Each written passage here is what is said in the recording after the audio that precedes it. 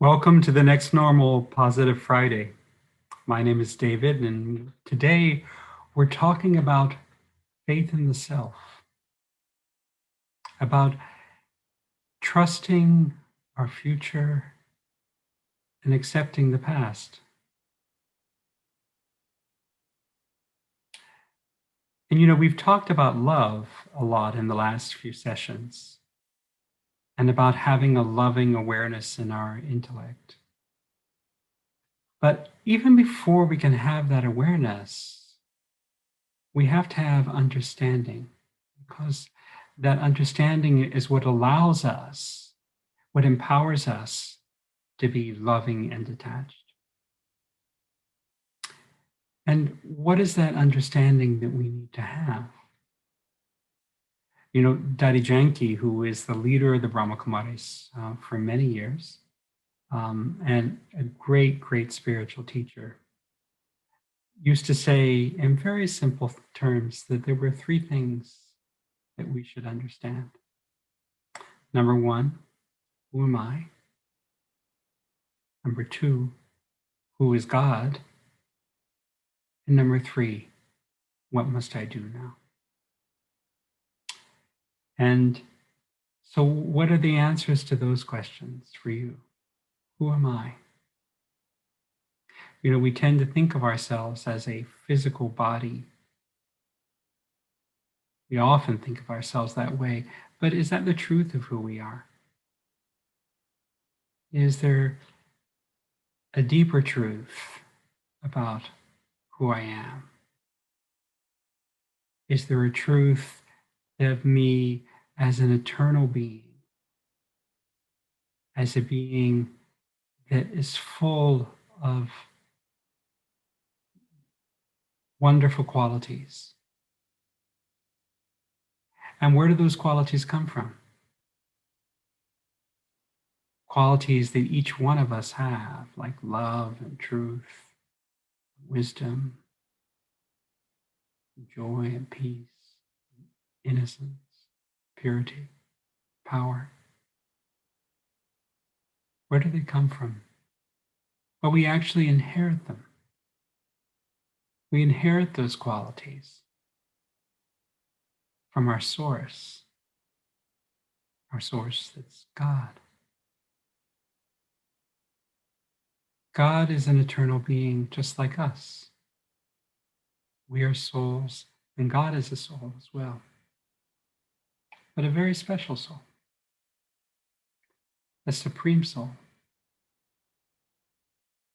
a soul that doesn't take a body like we do. A soul, and that because he doesn't, that soul does not take a body, that soul doesn't take the burden of a body, the burden of experience, of actions, and the consequences of those actions. God is the source of everything that's beautiful within us. God is also our supreme teacher. The essential understanding that we need to have comes from God, the understanding of who we are, of who God is. And now the question, what must I do? Well, in the Brahma Kumaris, we have a course that we teach. That's the foundation course. It's a 7-day course, and there are 7 lessons in the course.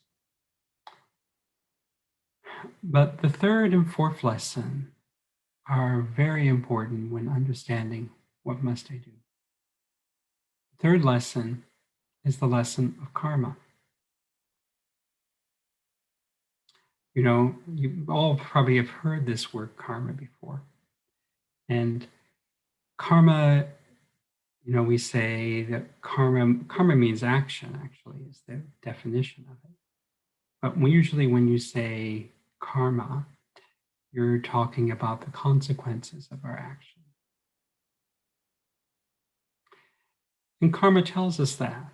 An understanding of karma tells us that there are consequences to our actions. And in fact, every situation that we experience is a consequence of our past actions. This is an important understanding of karma. But to me, the most important thing to know about karma is that within each of us, there's the power to create our own destiny. When we understand karma, we understand that my choices at this moment, right now, will determine my destiny, will determine my future. If I want love in the future, if I want to experience love unconditionally in the future, then I need to be an embodiment of that myself right now. My actions need to reflect that. If I want respect, my actions need to reflect respect right now.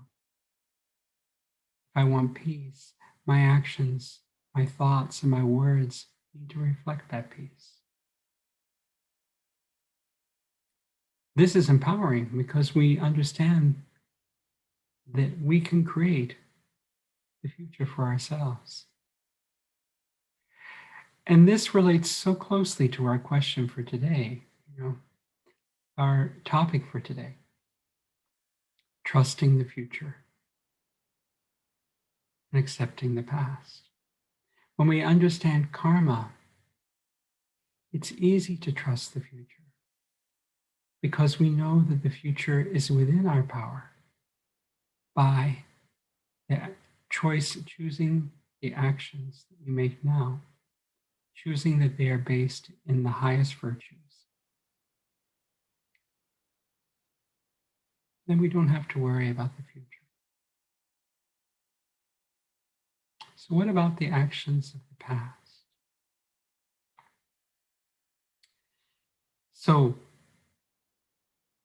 the fourth lesson in the Raj Yoga course is about the cycle. And I'll tell you, this lesson was really difficult for me when I first took the Raj Yoga course. This lesson says that our journey is an eternal one that cycles again and again and again and again. And I got caught up in that, saying, well, how could it be eternal? How could it not have an end in the beginning? But the big lesson of the cycle that became so important to me, the cycle of time, is that if our journey is cyclical and repeats eternally, then every moment is accurate. There are no mistakes. Every moment on our journey is an accurate one. And it's as it should be. And there is benefit in every moment for me, especially at this time. Because at this time on our journey, we have the opportunity to ascend, to take our awareness to a more elevated level. And when I understand the accuracy of each moment, that there are no mistakes on my journey, everything is there to serve me, it allows me to accept any situation that I'm encountering, to know there is benefit there for me. You know, I mentioned in a previous class about our main center, our main meditation center, where Sister Jenna and Sister Gita live here in Virginia, has the owner that we rent the place from decided to sell it. And so we had to find a new place. Now, if without awareness of the cycle, without the awareness of the accuracy of every moment,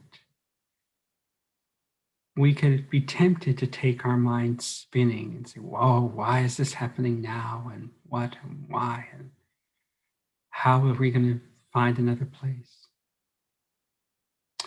But when we recognize the accuracy of every moment, we can see the opportunity.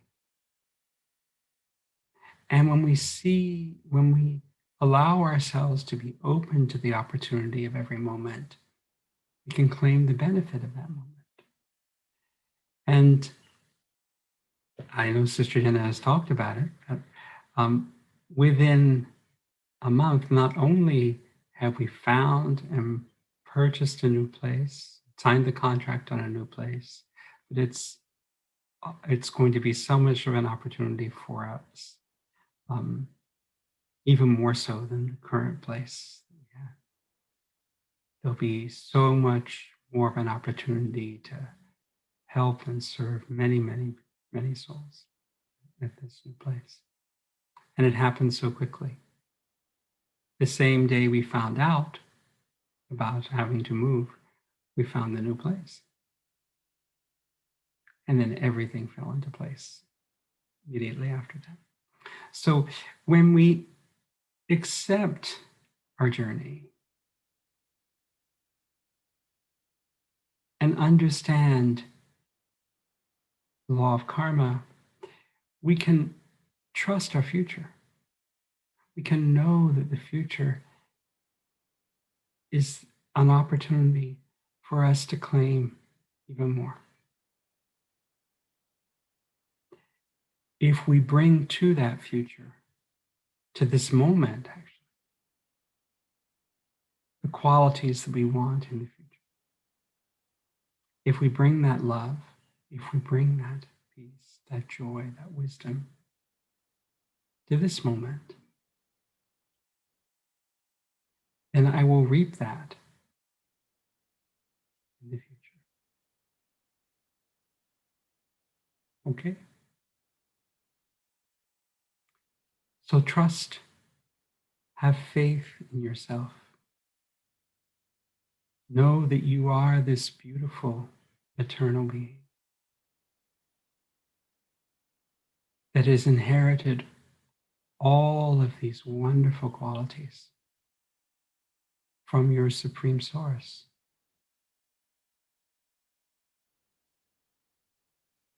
Know that you're on this eternal journey and that every moment on that journey is there to serve you.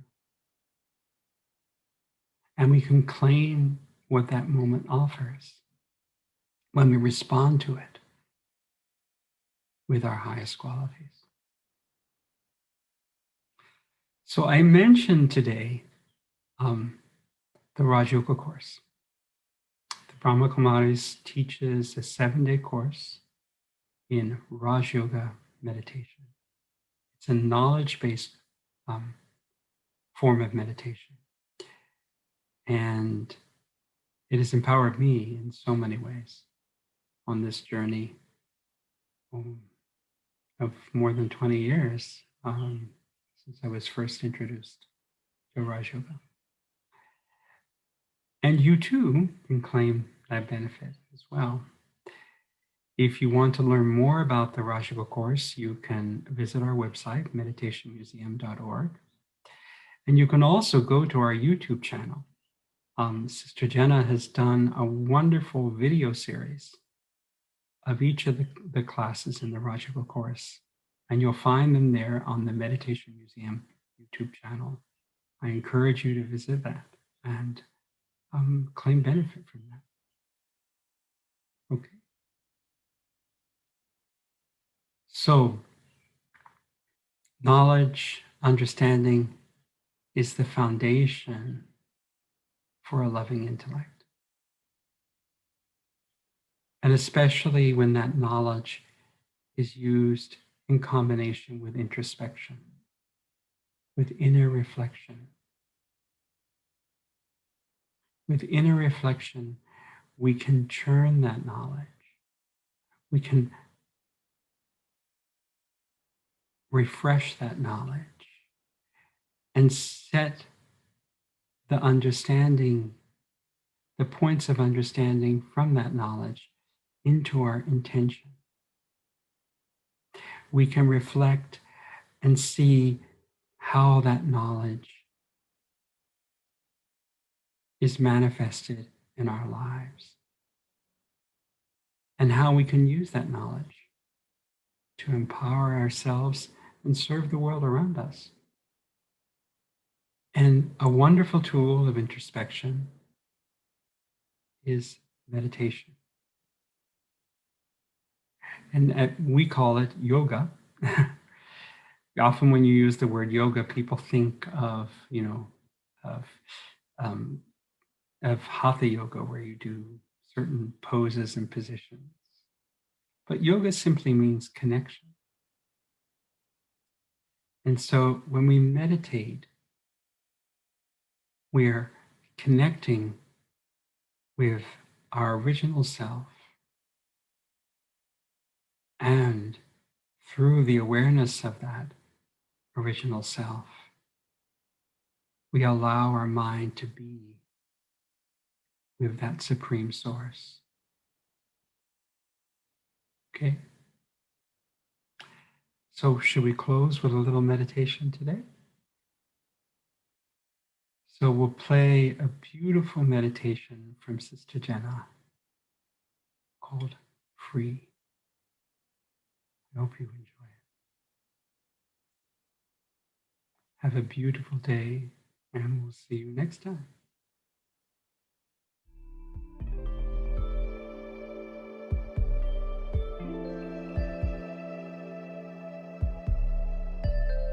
What if I no longer carried any attachments?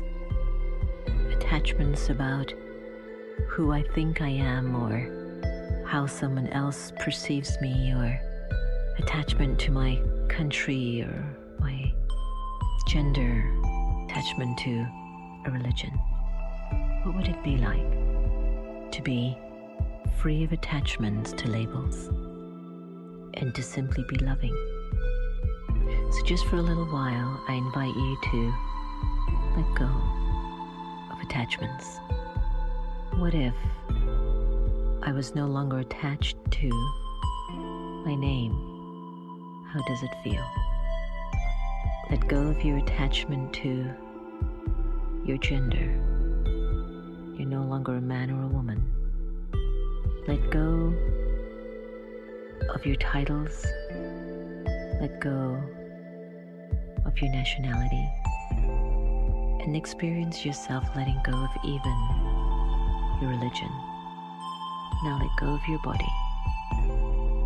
If I don't have a name, a gender, a title, a nationality, a religion, or a body, then who would I think of? And who would think of me? It would be the Supreme Being that would think of me, and I would think of the Supreme. In this meditation, I invite you to sit in an experience of unlimited freedom in real inner power. Now gradually observe how the soul feels as it puts back on the awareness of the body, nationality, the religion, the title, the gender, and the name, and bring through these labels your experience of being with the divine and feeling free and at peace with yourself. Om Shanti.